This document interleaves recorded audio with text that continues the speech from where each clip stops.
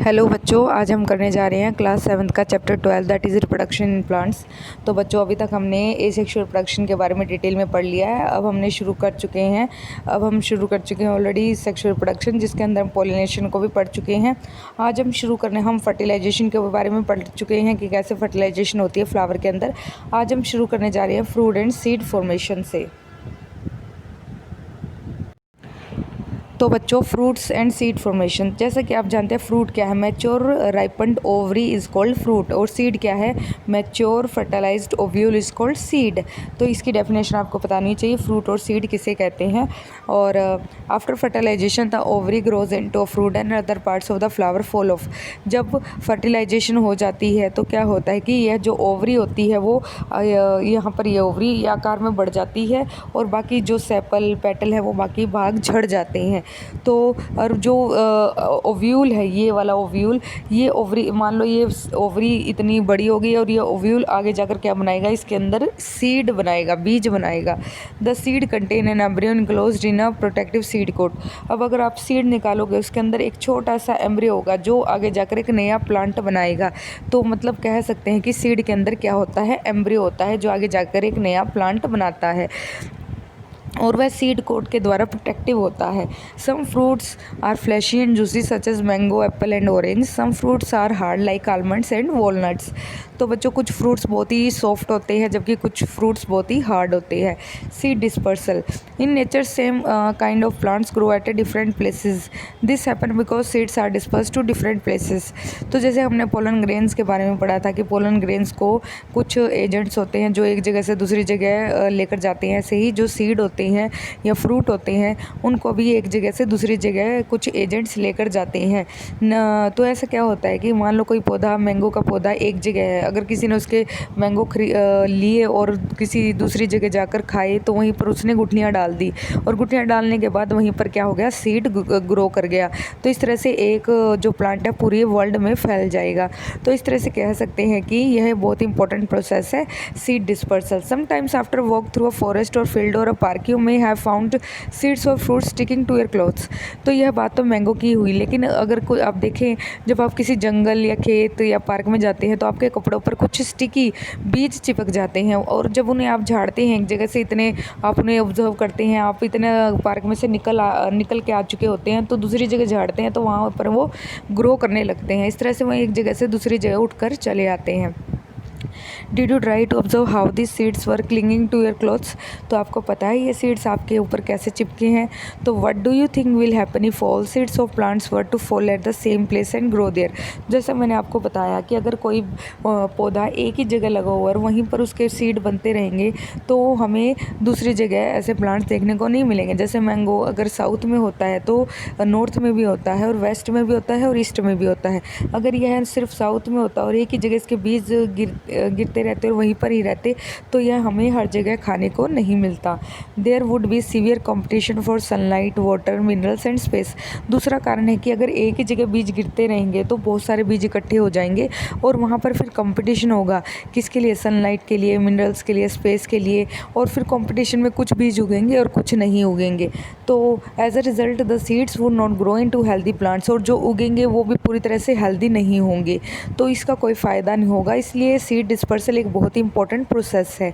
Plants benefit by seed dispersal, और plants को इसका बहुत फ़ायदा होता है। It prevents competition between the plant and its own seedling for sunlight.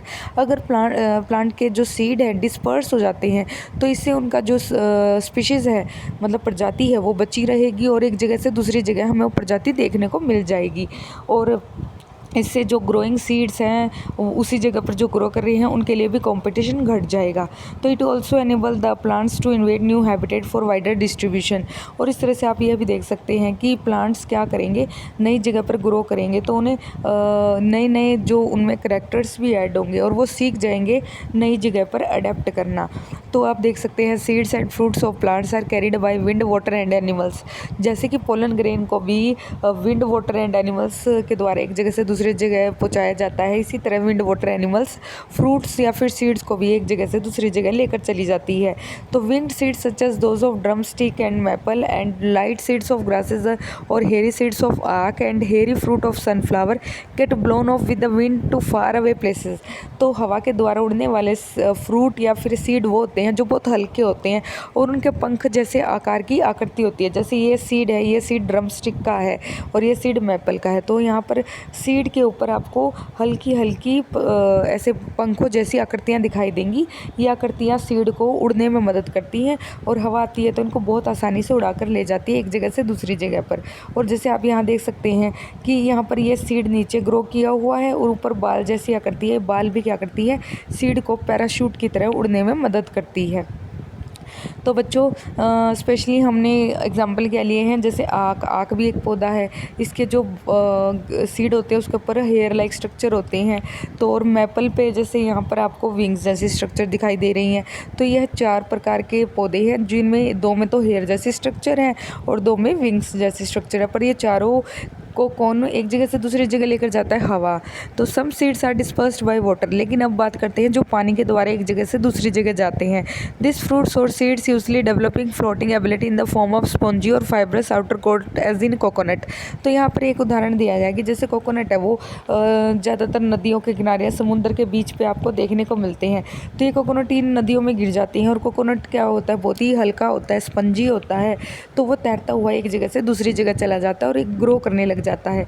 तो इस तरह से क्योंकि कोकोनट को ना तो हवा ना कोई एनिमल इतना इजीली उठा कर ले जा सकता है, एक पानी ही है जो उसे एक जगह से दूसरी जगह लेकर जाता है। और अच्छी बात है कि ये वैसे भी समुद्र के किनारे या फिर पानी वाली जगह पर ही ग्रो करते हैं। Some seeds are dispersed by animals specially spiny seeds with hook which get attached to the body of animals are carried to distance places. तो बच्चों कुछ सीड्स होते हैं जिनके बहुत ही स्पाइनी स्ट्रक्चर होती है, कांटेदार स्ट्रक्चर, जो अगर किसी के कपड़ों पे भी चिपक सकती है, किसी एनिमल के शरीर पर भी चिपक सकती है और एक जगह से दूसरी जगह चले जाते हैं। तो इन कांटेदार पौधों के क्या उदाहरण हैं, जैंथियम और यूरिना। तो आपको इन सभी एग्जाम्पल को याद करना होगा कि जिनके ऊपर कांटेदार स्ट्रक्चर होती है, जिनके ऊपर बाल होते हैं, जिनके विंग्स होते हैं, वो कौन कौन से हैं। तो some seeds are dispersed when the fruit burst and with sudden jerks the seeds are scattered far from the parent plant. This happen in the case of castor and balsam. एक third जो अगर देखा जाए ये first category, second category हो गई हमारी।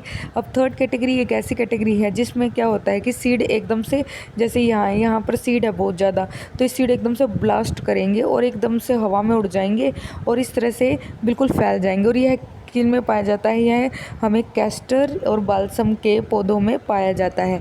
तो इस तरह से हमने सीड में भी बहुत ज़्यादा वैरायटी देख ली बच्चों। आज हमारा चैप्टर कंप्लीट हो चुका है और इसके क्वेश्चन आंसर हम अपने नेक्स्ट लेक्चर में करेंगे। आज के लिए इतना ही, थैंक यू।